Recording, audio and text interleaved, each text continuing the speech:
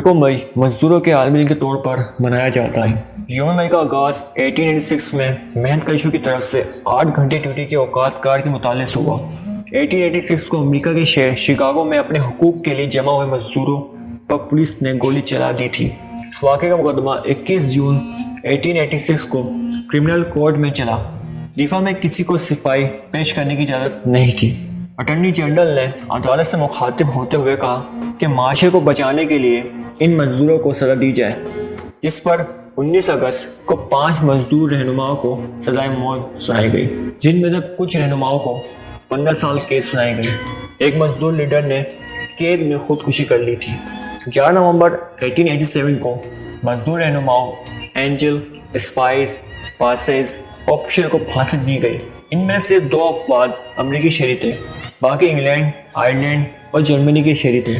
इन रहनुमाओं की जनाजे में 6 लाख से ज़्यादा लोगों ने शिरकत की।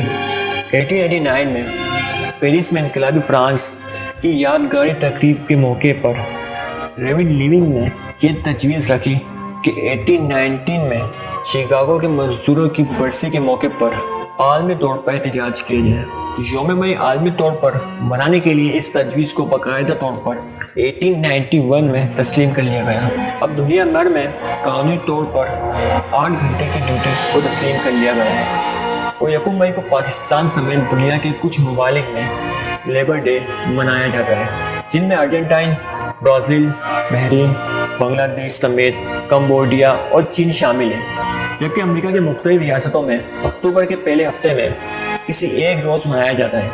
इसी तरह बहामास में लेबर डे 7 जून को छुट्टी की जाती है। ऑस्ट्रेलिया, नीदरलैंड, न्यूजीलैंड और कनाडा में ये दिन सितंबर के पहले सोमवार यानी मंगल को मनाया जाता है।